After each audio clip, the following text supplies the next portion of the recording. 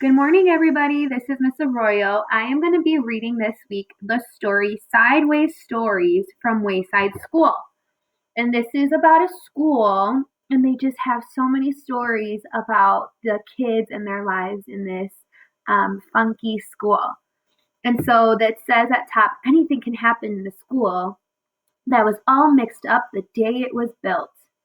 And the author is Louis Sachar. And I just really hope you listen and you can enjoy. I found the book online, and so I will be reading it. These are all the chapters in the story. So there's 28 chapters, and I'm going to try my best to read it to you all through this video. And I hope you enjoy. Oh, there's 30 chapters. And so this is the introduction. Esa es la introducción. The introduction will tell us a little bit about what we should be listening for in this story and the main idea of the story. So I'm going to go ahead and begin. This book contains 30 stories about the children and teachers at Wayside School. But before we get to them, there is something you ought to know so that you don't get confused. Wayside School was accidentally built sideways. It was supposed to be only one story high, with 30 classrooms all in a row. Instead, it is 30 stories high, with one classroom on each story. The builder said he was very sorry. The children at Wayside like having a sideways school. They have an extra large playground. The children and teachers described in this book all go to class on the top floor. So there are 30 stories from the 13th story of Wayside School. It has been said that these stories are strange and silly. That is probably true. However, when I told stories about you to the children at Wayside, they thought you were strange and silly. That is probably also true. Chapter 1, Mrs. Gorf. Mrs. Gorf had a long tongue and pointed ears. She was the meanest teacher in Wayside School. She taught the class on the 13th story. If you children are bad, she warned, or if you answer a problem wrong, I'll wiggle my ears, stick out my tongue, and turn you into apples. Mrs. Gorf didn't like children, but she loved apples. She couldn't add. Joe couldn't add. He couldn't even count. But he knew that if he answered a problem wrong, he would be turned into an apple. So he copied from John. He didn't like to cheat, but Mrs. Gorf had never taught him how to add. One day Mrs. Gorf caught Joe copying John's paper. She wiggled her ears, first her right one, then her left, stuck out her tongue, and turned Joe into an apple. Then she turned John into an apple for letting Joe cheat. Hey, that isn't fair, said Todd. John was only trying to help a friend. Mrs. Gorf wiggled her ears, first her right one, and then her left one. She stuck out her tongue and turned Todd into an apple. Does anybody else have an opinion, she asked. Nobody said a word. Mrs. Gorf laughed and placed the 3 apples on her desk. Stephen started to cry. He couldn't help it. He was scared. I do not allow crying in my classroom, said Mrs. Gorf. She wiggled her ears, first her right one, and then her left one, stuck out her tongue, and turned Stephen into an apple. For the rest of the day, the children were absolutely quiet, and when they went home, they were too scared even to talk to their parents. But Joe, John, Todd, and Stephen couldn't go home. Mrs. Gorf just left them on her desk. They were able to talk to each other, but they didn't have much to say. Their parents were very worried, and they didn't know where their children were. Nobody seemed to know. So where did they think they were? The next day, Kathy was late for school. As soon as she walked in, Mrs. Gorf turned her into an apple. Paul sneezed during class. He was turned into an apple too. Nancy said, God bless you, when Paul sneezed. Mrs. Gorf wiggled her ears, first her right one, and then her left, stuck out her tongue, and turned Nancy into an apple. Terrence fell out of his chair. He was turned into an apple. Mauricia tried to run away. She was halfway to the door as Mrs. Gorf's right ear began to wiggle. When she reached the door, Mrs. Gorf's left ear wiggled. Mauricia opened the door and had one foot outside when Mrs. Gorf stuck out her tongue. Mauricia became an apple. Mrs. Gorf picked up the apple from the floor and put it on her desk with the others. Then a funny thing happened. Mrs. Gorf turned around and fell over a piece of chalk. The three Erics laughed, and they were turned into apples. Mrs. Gorf had a dozen apples on her desk. Joe, John, Todd, Stephen, Kathy, Paul, Nancy, Terrence, Mauricia, and the three Erics, Eric Fry, Eric Bacon, and Eric Ovens. Louis, the yard teacher, walked into the classroom. He had missed the children at recess. He had heard that Mrs. Gorf was a mean teacher, so he came up to investigate. He saw the 12 apples on Mrs. Gorf's desk. I must be wrong, he thought. She must be a good teacher if so many children bring her apples. He walked back down to the playground. The next day, a dozen more children were turned into apples. Louis, the yard teacher, came back into the room. He saw 24 apples on Mrs. Gorf's desk. There were only 3 children left in the class. Well, she must be the best teacher in the world, he thought. By the end of the week, all the children were apples. Mrs. Gorf was very happy. Now I can go home, she said. I don't have to teach anymore. I won't have to walk up 30 flights of stairs ever again. You're not going anywhere, shouted Todd. He jumped off the desk and bopped Mrs. Gorf on the nose. The rest of the apples followed. Mrs. Gorf fell on the floor. The apples jumped all over her. Stop, she shouted, or I'll turn you into applesauce. But the apples didn't stop, and Mrs. Gorf could do nothing about it. Turn us back into children, Todd demanded. Mrs. Gorf had no choice. She stuck out her tongue, wiggled her ears, this time her left one, first and then her right, and turned the apples back into children. All right, said Mauricia. Let's go get Louis. He'll know what to do. No, screamed Mrs. Gorf. I'll turn you back into apples. She wiggled her ears, first her right one, then her left. She stuck out her tongue. But Jenny held up a mirror, and Mrs. Gorf turned herself into an apple. The children didn't know what to do. They didn't have a teacher. Even though Mrs. Gorf was mean, they didn't think it was right to leave her as an apple. But none of them knew how to wiggle their ears. Louis, the yard teacher, walked in. Where's Mrs. Gorf? He asked. Nobody said a word. Boy, am I hungry, said Louis. I don't think Mrs. Gorf would mind if I ate this apple. After all, she already has so many. He picked up the apple, which was really Mrs. Gorf, shined it up on his shirt, and ate it. Chapter 2. Mrs. Jules. Mrs. Jules had a terribly nice face. She stood at the bottom of Wayside School and looked up. She was supposed to teach the class on the 13th story. The children on the 13th story were scared. They had never told anybody what had happened to Mrs. Gorf. They hadn't had a teacher for 3 days. They were afraid of what their new teacher would be like. They had heard she'd be a terribly nice teacher. They had never had a nice teacher. They were terribly afraid of nice teachers.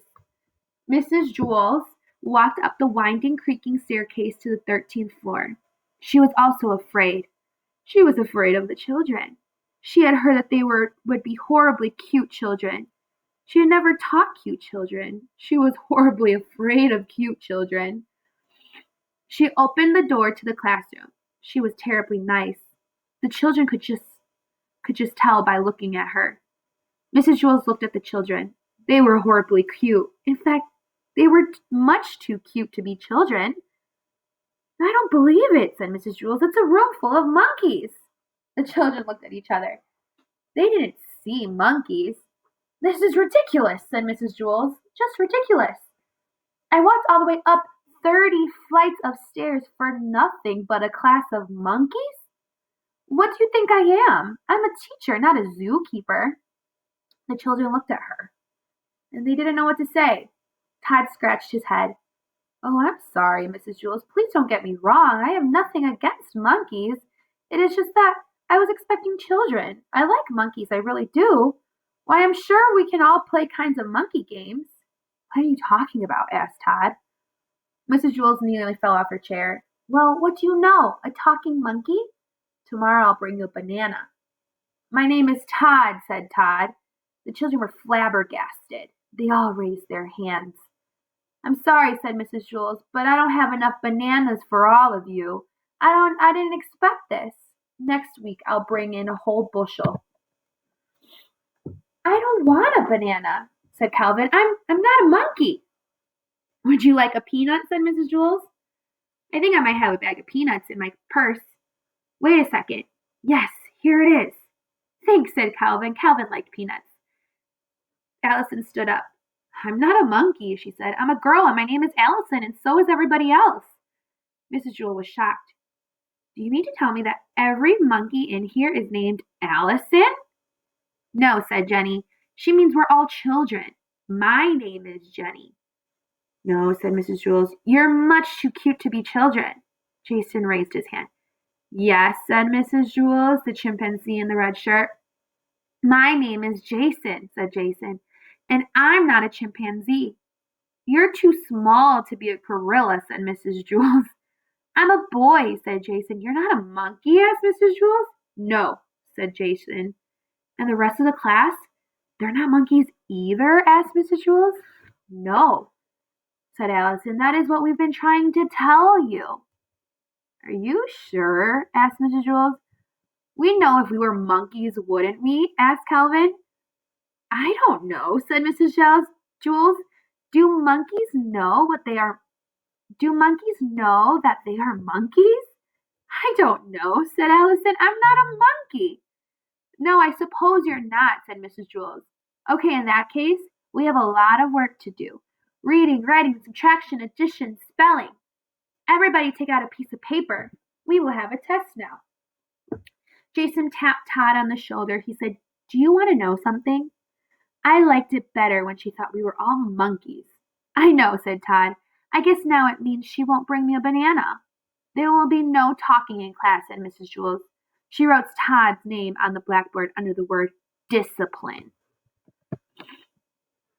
Chapter 3. Joe.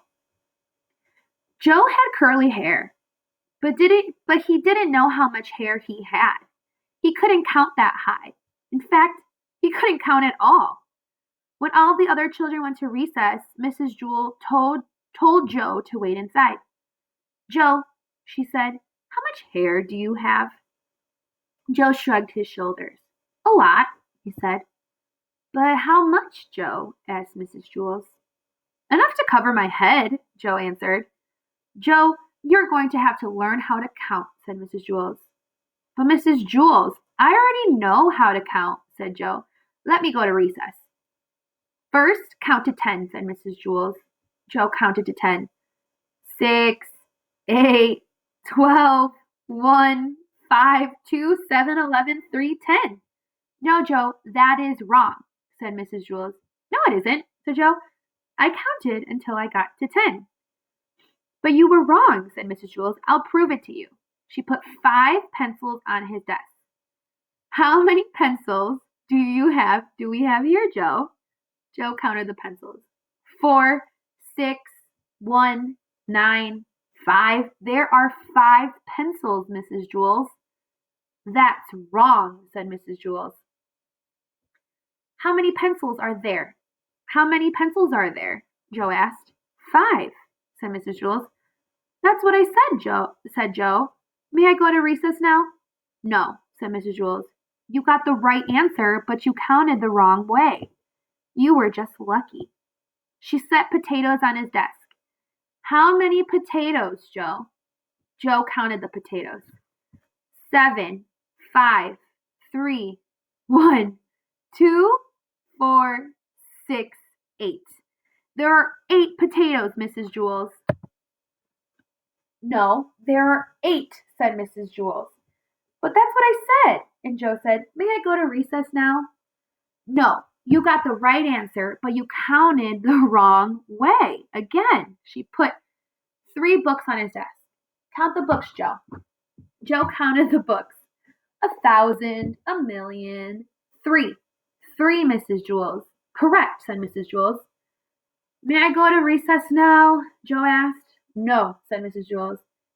May I have a potato? Asked Joe. No, listen to me. 1, 2, 3, 4, 5, 6, 7, 8, 9, 10, said Mrs. Jules. Now you say it. 1, 2, 3, 4, 5, 6, 7, 8, 9, 10, said Joe. Very good, said Mrs. Jules. She put 6 erasers on his desk. Now count the erasers, Joe, just the way I showed you. Joe counted the erasers. 1, 2, 3, 4, 5, 6, 7, 8, 9, 10. There are 10, Mrs. Jules. No, said Mrs. Jules. Didn't I count right? Asked Joe. Yes, you counted right, but you got the wrong answer, said Mrs. Jules. This doesn't make any sense, said Joe. When I count the wrong way, I get the right answer. And when I count right, I get the wrong answer. Mrs. Jules hit her head against the wall 5 times. How many times did I hit my head against the wall? She asked. 1, 2, 3, 4, 5, 6, 7, 8, 9, 10. You hit your head against the wall 10 times, said Joe. No, said Mrs. Jules. 4, 6, 1, 9, 5. You hit your head 5 times, said Joe. Mrs. Jules shook her head no and said yes. Yes, that is right. The bell rang and all the other children came back from recess. The fresh air had made them very excited and they were laughing and shouting. Oh, darn, said Joe. Now I missed recess. Hey, Joe, where were you? Asked John. You missed a great game of kickball. I kicked a home run, said Todd. What was wrong with you, Joe? Asked Joy. Nothing, said Joe. Mrs. Jewel was just trying to teach me how to count. Joy laughed. You mean you don't know how to count? Counting is easy, said Mauricia. Now, said Mrs. Jules. What's easy for you may not be easy for Joe. And what's easy for Joe may not be easy for you. Nothing's easy for you, Joe, said Mauricia. Well, I can't beat you up, said Joe. Try it. That will be enough of that, said Mrs. Jules. She wrote Mauricia's name on the blackboard under the word discipline. Joe put his head on the desk between 8 potatoes and 6 erasers. Don't feel bad, Joe, said Mrs. Jules. I just don't get it, said Joe. I'll never learn how to count. Sure you will, Joe, said Mrs. Jules. One day it will just come to you. You'll wake up one morning and suddenly be able to count. Joe asked, if all I have to do is wake up, what am I going to school for? School just speeds things up, said Mrs. Jules. Without school, it might take another 70 years before you wake up and are able to count. By that time, I may not have no hair left on the top of my head to count, said Joe. Exactly, said Mrs. Jules. That is why you go to school. When Joe woke up the next day, he knew how to count. He had 55,060 hairs on his head. They were all curly. All right, I'm going to stop right there for today, okay? I hope you enjoyed that story. I think the teachers are very funny. The students are very funny. And so we will continue on reading tomorrow, okay?